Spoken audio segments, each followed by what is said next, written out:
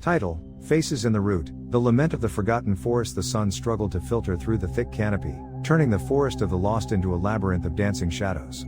Clara, her blonde pigtails bouncing with each step, ventured deeper than she should have.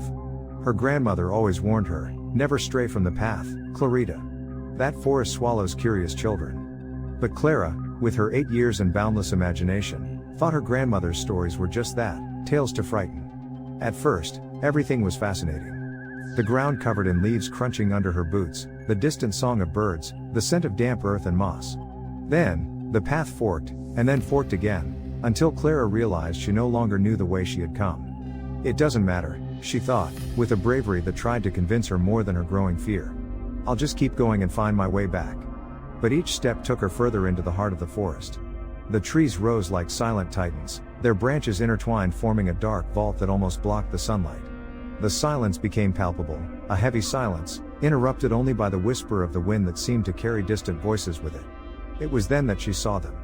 At first, she thought they were simple capricious formations of nature. Knots in the roots of the trees, deformities in the wood. But the more she looked, the clearer it became. The roots twisted and intertwined into shapes that suggested faces. Sunken eyes, tight mouths, crooked noses. Grotesque faces carved into the wood, watching her with an expression of silent pain. Clara felt a chill run down her spine. She approached a particularly large root, whose face seemed to be screaming silently. "Who are you?" she asked softly, almost a whisper. The wind blew harder, and the leaves rustled around her. Then she heard it. A low murmur, a whisper that seemed to come from the roots themselves. Lost. Forgotten. Trapped. Clara jumped. She recoiled, tripping over another root. The faces watched her, their expressions intensifying, as if they were recognizing her. She tried to run, but the forest seemed to oppose her escape. The branches stretched out like bony arms, trying to grab her. The roots rose from the ground, like twisted snakes, blocking her path. Each step she took led her to an even more intricate labyrinth of trees and shadows. The whisper grew louder, clearer. Now she could distinguish words, names. Names of children. Samuel. Sophia. Daniel. And then she heard her own name. Clara. Terror paralyzed her. She stood still, her heart pounding in her chest. The faces in the roots surrounded her, forming a circle around her. They seemed to stretch towards her, their mouths opening in silent screams of despair.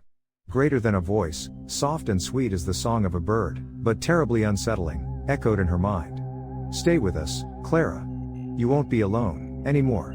Here, in the forest of the lost, there's always room for one more." Clara screamed. A heartbreaking scream that echoed in the silence of the forest. She ran, stumbling and falling, scratching her hands and knees against the roots and rocks. But no matter how much she ran, the faces followed her, always present in her peripheral vision. Suddenly, she found herself in a clearing. In the center, a giant tree, older and more imposing than all the others. Its roots were thick and twisted, and on them, carved with macabre precision, were the most horrifying faces Clara had ever seen. Faces of boys, of girls, of old people, all of them with an expression of indescribable suffering. From the trunk of the tree hung a swing made of vines. Clara, hypnotized by terror, approached the swing. The voice in her mind grew louder, more insistent. "Get on, Clara. Just one swing. You'll love it. You'll feel at home." Clara reached out her hand, tempted to obey. Then, she saw something on the swing. Something small and shiny, hanging from one of the vines.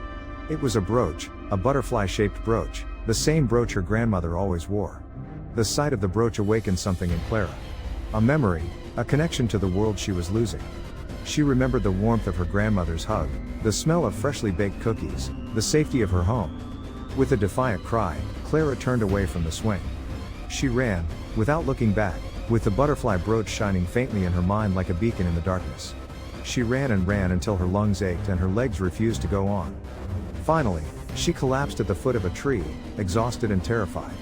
She closed her eyes, expecting the worst. But the whisper had ceased. The faces were no longer following her. The silence, though still unsettling, was no longer oppressive. She opened her eyes slowly. The sun filtered through the leaves, illuminating the forest floor. She was no longer in the heart of the forest of the lost. She was near the edge, near the path that would lead her back home.